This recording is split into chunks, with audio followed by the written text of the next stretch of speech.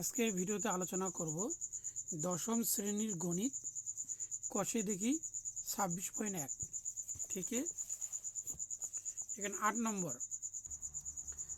নম্বর প্রশ্ন নিয়ে আলোচনা করব। কল্পিত গড় এখানে নির্ণয় করতে হবে। কল্পিত গড় দেখেছি 1 নম্বর শ্রেণীর সীমানা 0 থেকে 40, 40 থেকে 80, 80 থেকে 120, 120 থেকে 60, 160 থেকে 200। পরিসংখ্যা হচ্ছে 12, 20, 25, 20, 13। এখানে শ্রেণীর সীমানা হলো 0 থেকে 40, 40 থেকে 80, 80 থেকে 120, 120 থেকে 160, 160 থেকে 200। আর পরিসংখ্যা হচ্ছে 12, 20, 25, 20, 13। এখানে মধ্যক বের করতে হবে। মধ্যক মানে এক্স এখানে বের করতে হবে। এখানে তাহলে এক্স যদি বের করি, এখানে মাইনাস করলে হবে 40, 40-এর অর্ধেক হচ্ছে 20। এখানে দেখে দিচ্ছি, এখানে মাইনাস করলে হবে 40, 0 থেকে 40 মাইনাস করলে হবে 40। একে অর্ধেক করতে হবে, 20 দুগুণা 40, তার আসলে 20। এই 20 সবার সঙ্গে প্লাস করতে হবে। এখানে 0-এর সঙ্গে 20 প্লাস করলে 20, এই 20 40-এর সঙ্গে 20 প্লাস করলে হবে 60। এই 20 সবার সঙ্গে প্লাস হবে এখানে, তাহলে 100, তারপরে 140, তারপরে হচ্ছে 180।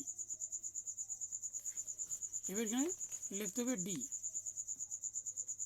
ডি ইকুয়াল এক্স মাইনাস এ। তাহলে এখানে লিখতে হবে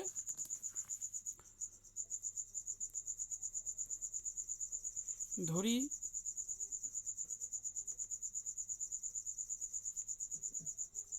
কল্পিত গড় এ ইকুয়াল এখানে 1 2 3 1 2 3, তাহলে কল্পিত গড় ধরতে হবে 100। তাহলে এখানে 100 ধরে নিচ্ছি,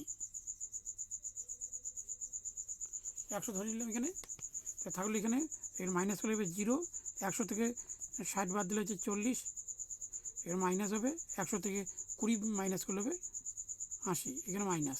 ঠিক নিচেটাও তার বিপরীত হবে, এটাই আসবে। এবার এখানে দুটি ইন্টু করতে হবে। এখানে F R D, F into D.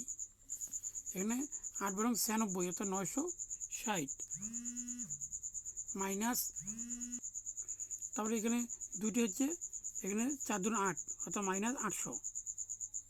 এখানে 0 হবে, এখানে হচ্ছে 800 হবে। এখানে 20 আর 40 ইন্টু করলে 800 প্লাস এখানে থাকবে, এখানে 13 দিয়ে এখানে গুণ করলে হবে 1040 ইন্টু করলে হবে 1040 প্লাস এই দুটি যদি প্লাস করি, এখানে হচ্ছে 1840, আর এই দুটি যদি করি এখানে প্লাস মাইনাস প্লাস হবে, তাহলে 1760। তাহলে এখানে হবে সিগমা এফ ডি, এখানে বিয়োগ করলে হবে 80, আর এখানে সিগমা এফ এখানে হবে, এখানে সব যদি প্লাস করি তাহলে হবে 90। সূত্র হচ্ছে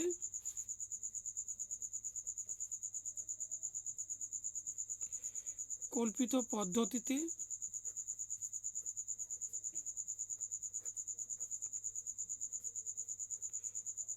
যৌগিক গড় এখানে হবে A plus sigma F D by sigma F.